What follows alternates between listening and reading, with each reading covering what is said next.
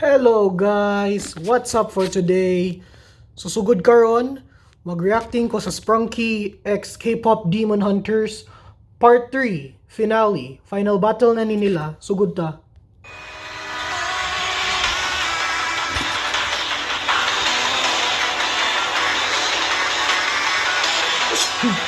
So tara sila, tara si Uni, nag-defeat niya ang kanina tungok ba?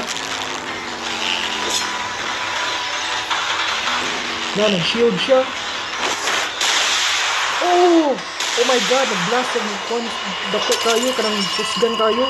Patay, kagubaon ang shield niya. Wala, ang Saja boys.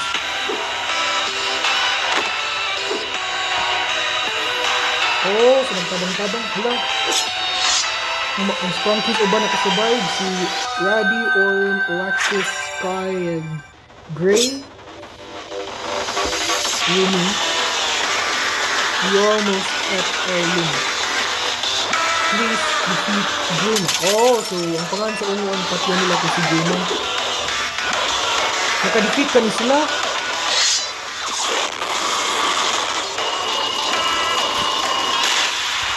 Wala, kusog kayo ng yung blast na.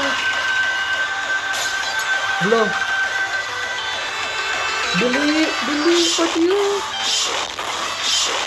Yes! Gipatay na nila si Guima. Pero ang mga icons, Sprunky icons, Black and Jevin.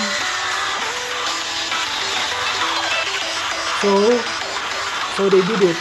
Naluwas na nila ang mga icons. So malagbawas na sila sa espada.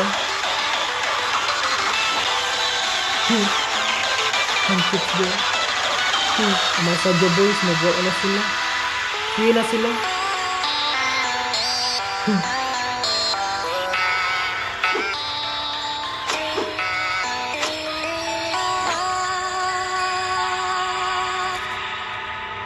Nindot.